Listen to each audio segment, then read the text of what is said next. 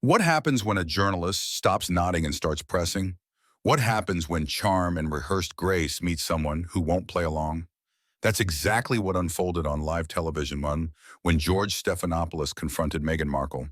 Not with accusations, but with the one thing she couldn't manipulate: facts. It all began like any other morning at the Good Morning America studios. The lights were bright, the air brisk, and the cameras perfectly aligned. But something felt different. George sat silently in his chair, canning a pile of notes, his brow furrowed, his fingers tracing underlines with quiet intensity. He wasn't prepping for another celebrity puff piece. He was preparing for something real. And then she arrived. Meghan Markle entered with signature poise, draped in a navy blue dress and a sharp cream blazer. Her team trailed her, whispering adjustments, fixing her hair, straightening the lapels. Her smile was pristine, her posture perfect. But George saw it, the flicker in her eyes, a hint of tension, maybe even fear. The cameras rolled. "Good morning," George began smoothly. "Joining us today is Meghan, the Duchess of Sussex. Meghan, thank you for being here." "Always a pleasure, George," she replied, smiling with a diplomat's polish. "It's good to be back." George smiled briefly, then pivoted. "You've spoken publicly about mental health, social justice, and your family's challenges with the institution. But let me start with something more direct. Are you still in contact with King Charles?" Meghan's eyes widened just enough for trained eyes to catch it. She shifted slightly in her seat. "I think the focus today should be on the work we're doing to uplift communities," she deflected, voice velvety and practiced. George's expression didn't change. "With respect, that wasn't the question." For a beat, silence. Meghan blinked. He pressed on. "You've made serious claims in recent years. Racism, abandonment, mental health negligence. These are not light subjects, and you've never provided clarity. When did you last speak to King Charles?" Meghan's smile strained. "George, I think the public has seen enough of my experience to understand why I've made certain decisions." "Have they, though?" George's voice remained level. "You said someone in the family made racially insensitive remarks. You said you were denied mental health assistance. And yet, when asked to specify in them, you back away. If these claims are true and serious, shouldn't you be willing to clarify?" Meghan's eyebrows arched. "I don't think I need to justify every part of my life, especially not when so much has already been dissected by the media." George leaned forward. "You voluntarily shared these stories. You shaped the narrative. Now I'm asking you to help fill in the blanks, or are the blanks intentional?" That hit a nerve. Meghan's tone turned sharper. "Are you implying I fabricated anything?" "I'm asking why so many things remain vague," George answered. "Because if you're going to claim mistreatment that damaged reputations and institutions, vagueness doesn't help your credibility." The tension in the room thickened. Meghan glanced sideways, perhaps hoping for a cue, a rescue. None came. George flipped a page. "In your Oprah interview, you said a senior royal questioned the skin color of your unborn child. Then later, Harry said it wasn't the Queen or Prince Philip. Who was it then?" Meghan straightened, visibly agitated. "George, this is exactly the kind of hostile environment that pushes people into silence." George's eyes narrowed, but his voice remained calm. "Or it's the kind of environment that demands truth. You've benefited enormously from these stories, and yet you resist clarifying them." What's wrong? The camera zoomed in, Meghan's jaw clenched. Her hands, previously graceful and still, now fidgeted in her lap. She forced a smile. "I came here today to talk about uplifting work, not rehash trauma." "And yet, the trauma is what gave the platform such power," George replied. "So let's talk about it honestly, or not at all." The screen faded to commercial break, but everyone watching knew something seismic had just begun. The studio lights dimmed for a moment as the commercial break ended. Meghan sat upright, her fingers tightly clasped together in her lap. The sheen of control was still there, but the cracks were beginning to show. George looked calm, too calm. His tone hadn't wavered, but everyone could feel it. The interview had shifted from polite curiosity to investigative dissection. "Let's pick up where we left off," he said smoothly. You've said the institution failed you, that you asked for mental health support and were denied. That's a devastating claim. Who specifically told you no? Meghan inhaled slowly, as if choosing every syllable like she was diffusing a bomb. George, the way things function inside the monarchy, it's not like going to your HR department. You speak to the palace as a whole. There isn't one name. George nodded thoughtfully. But you said you reached out for help. If you were in crisis, there must have been a person, someone who said no. Who was that? Meghan's eyes hardened, and for the first time her voice carried a subtle edge. I think it's unfair to expect me to relive something so personal on air. With respect, George said, you've already relived it in a best-selling memoir, in Netflix specials, and in previous interviews. This isn't private, it's public. You made it public. That struck. Meghan's mouth tightened. The words caught somewhere between pride and panic. You can't have it both ways, George continued. You can't demand sympathy for your story, but then refuse scrutiny when the details don't align. The studio fell still. No one coughed. No one moved. Meghan shifted again, her smile returning, but it was no longer warm. It was tactical. I've always spoken my truth. That's all I can do. Your truth, George repeated carefully. That's an interesting phrase because it implies there's another truth, or many. Which is it? Are your statements facts or just your perception? That's a very cynical view, Meghan said sharply. It's a journalistic view, George replied, lifting another note. Let's clarify something else.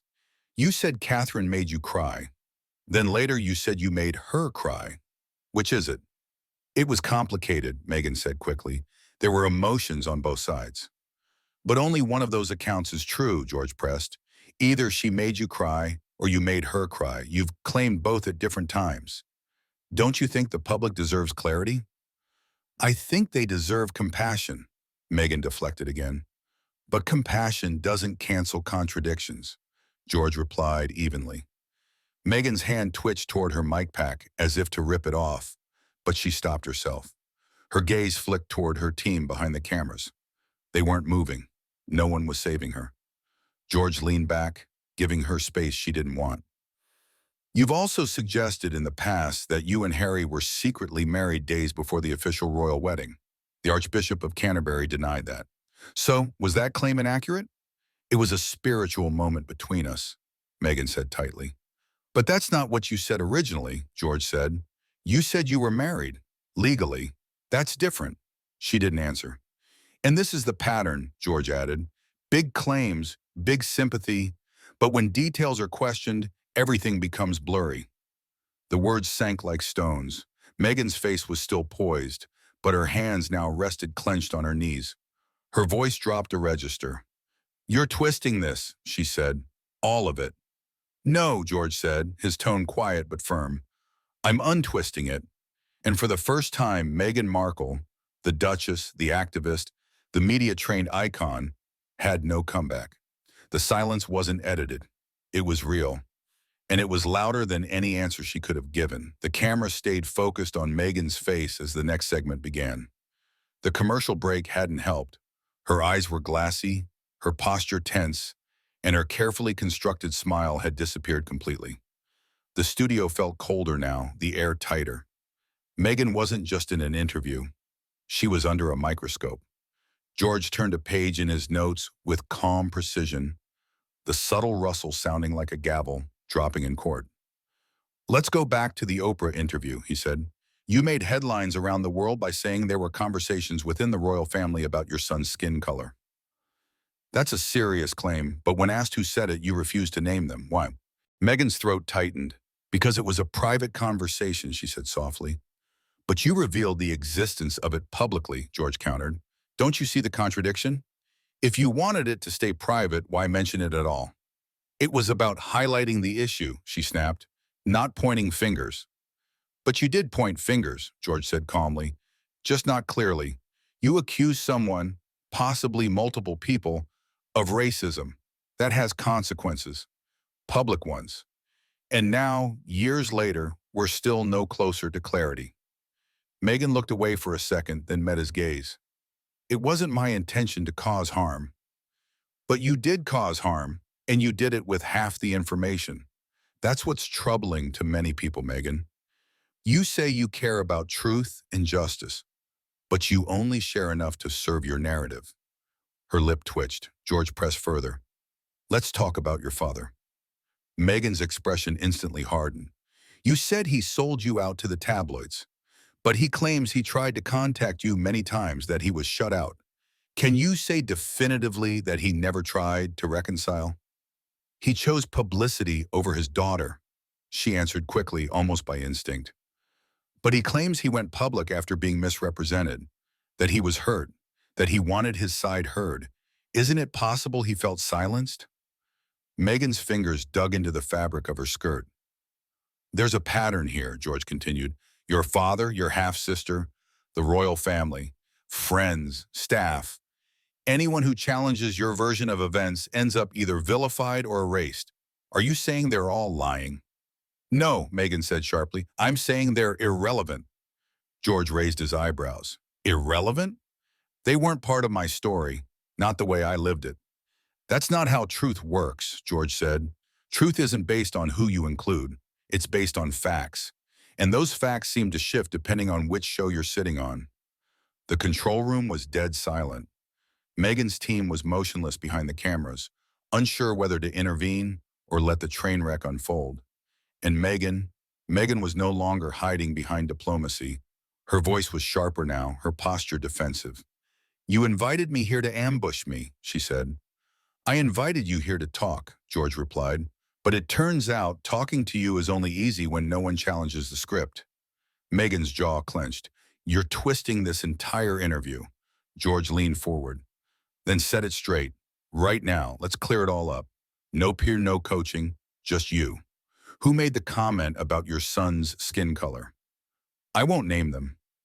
When was the last time you spoke to King Charles? That's private. Did Catherine make you cry, or did you make her cry? It was complicated. George nodded slowly. And there it is. Meghan's hands began to tremble again. You've built an entire media presence on being misunderstood, he continued. But when asked for clarification, everything goes vague. I've already told my truth, Meghan said through gritted teeth. But not the truth, George corrected, and the difference is starting to show. There was a beat of silence, a powerful electric pause that felt longer than it really was. Meghan looked stunned, not angry, not insulted, just stunned, like a person realizing that the house of cards was beginning to sway. George folded his notes and set them aside. We still have time, he said more gently now. Would you like to start again and tell the full story? Meghan didn't answer. The camera zoomed in ever so slightly, catching the exact moment when she blinked back tears but refused to cry. She was trapped, and the world was watching. The silence after George's invitation to start again lingered like fog in the studio. Meghan sat motionless, her breath shallow. The lights above cast a slight sheen on her forehead, and her polished public image had clearly begun to fray. She finally broke the silence. It's easy to sit in that chair and demand answers, George, but you're not the one who lived it. George nodded respectfully. You're absolutely right. But if you choose to share that experience with the world, books, interviews, documentaries, then people have a right to ask follow-up questions. Meghan crossed her arms, her tone sharpening. Maybe I should have just stayed silent like everyone expected me to. No one's asking for silence, George replied. They're asking for clarity. You've said a lot, Meghan, enough to change global opinion about one of the oldest institutions in the world. But when it's time to answer specifics, it's all context or privacy. Meghan shifted in her seat. Because everything I say gets twisted. People only hear what they want to hear. George leaned in slightly. Then why not speak plainly? Right now. Unfiltered. No spin. Tell us exactly what happened. She hesitated. It's not that simple. But it should be, he replied. If you're telling the truth, it should be very simple. That line cut deep. Meghan blinked rapidly, her eyes darting toward the camera, then back to George. You're attacking me. I'm interviewing you, George corrected. There's a difference, and if you feel attacked by your own words being repeated back to you, perhaps that's a reflection worth examining. A noticeable gasp came from someone behind the scenes. Meghan clenched her jaw. George opened another folder and calmly continued. You said during your wedding preparations someone made you cry. Then later you said the opposite, that you made them cry. Which is it? I don't remember all the details, Meghan answered defensively. You remember the pain, but not the specifics? George asked. Because pain is usually tied to very clear moments. Meghan's voice cracked slightly. It was emotional. That's what I remember. George tapped his notes. Yet your statements changed. Why? No one's perfect, George, she said sharply. Do you remember everything word for word in your life? I'm not accusing you of being imperfect, George replied. I'm asking why public allegations made on a global platform don't align over time. Meghan looked tired now, visibly worn down. You suggested you were secretly married before the public ceremony, but the Archbishop of Canterbury later clarified it was just a private vow exchange, not a legal marriage. She sighed. We considered it symbolic. But you presented it as fact, George replied calmly, as a legally binding moment. Meghan rubbed her forehead, her voice lowering. It was meaningful to us. I didn't expect it to be dissected. But it was, Meghan, because when a duchess claims the church conducted an illegal wedding, that becomes a public concern. Another pause. George's tone remained even, but each question felt like a scalpel. Let's talk about your sister Samantha. You called her a stranger. She has family photos, Meghan. Years of them. We weren't close, she said softly. But you were present, George pointed out. You had interactions. She has evidence. That matters. I never said we never met, Meghan snapped. Just that we didn't have a deep relationship. But again, the wording changed over time. Just like the other claims. Each time they're revisited, they shift just enough to maintain a narrative, but not enough to hold up to scrutiny. Meghan's shoulders slumped. Her voice was little more than a whisper now. I just want to move on. And many people want that for you, George agreed, but you can't ask the world to move on while still controlling the past. Meghan looked at him, weary and raw. You're not the villain, George said softer now, but neither are you the only person who's been hurt. You've told your story, and today I simply asked for the rest of it. There was a pause. The light seemed brighter, the silence deeper. Meghan bit her lip. Do you regret it all? George asked. She didn't answer, because maybe, just maybe, the answer was yes. The silence after George's final question, do you regret it all? Hung heavy in the air. Meghan blinked hard. Her lips parted as if to speak, but no words came. For the first time in the entire interview, she looked utterly unprepared, exposed, vulnerable. Her carefully maintained composure had unraveled. The studio, filled with professionals used to high-profile interviews, now felt like a pressure cooker of unspoken tension. I think, she finally said, voice trembling, that people will believe whatever they want to believe. George tilted his head, calmly. You mean the truth is subjective? I mean, I've done my best, she replied, eyes welling again. People expect me to be perfect. They want a villain. And I've been handed that role. George gently set down his notes. No one's asking for perfection, Meghan, but accountability, that's different. She inhaled deeply, trying to collect herself. George, this was supposed to be about my work, my projects, my platform. And we've acknowledged that, he said evenly. But your platform was built on the story you told about the monarchy. The public interest stems from that. You opened the door. Meghan's eyes hardened slightly again, defiance flickering behind the exhaustion. I told my story because no one else would. George didn't blink. Then why leave it half told? You've given just enough to wound people, but never enough to explain why. She straightened in her seat, her tone sharper now. You think I owe everyone my trauma, every detail, every wound? No, George replied firmly, but when you use that trauma as a public weapon, you invite questions, real ones.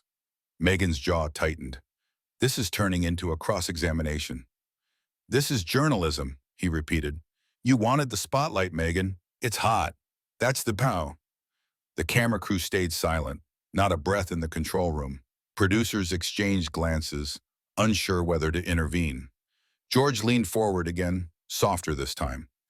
I think you came here today expecting a safe conversation, a reminder of how sympathetic the public once was.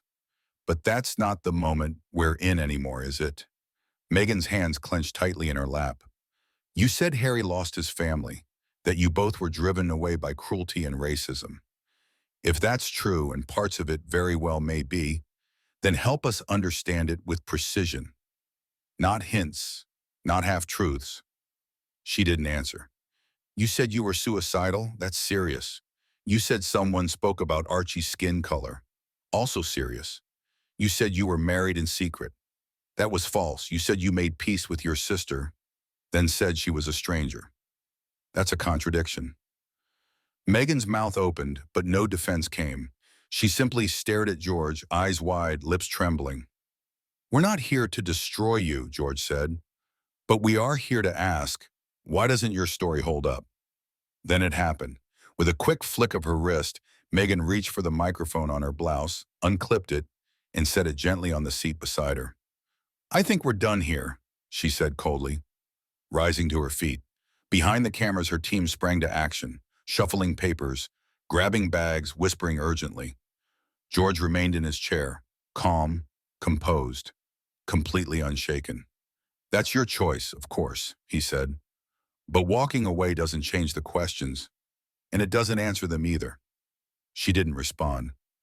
As she walked off set, the cameras kept rolling. The audience, watching from home, saw every second, the unfinished conversation, the tears barely held back, the walkout. George turned toward the camera, folding his hands on the desk in front of him. And that concludes our interview with Meghan, Duchess of Sussex, he said, his voice even and professional. We had hoped for a candid conversation. What we got was something else entirely. The screen slowly faded to black.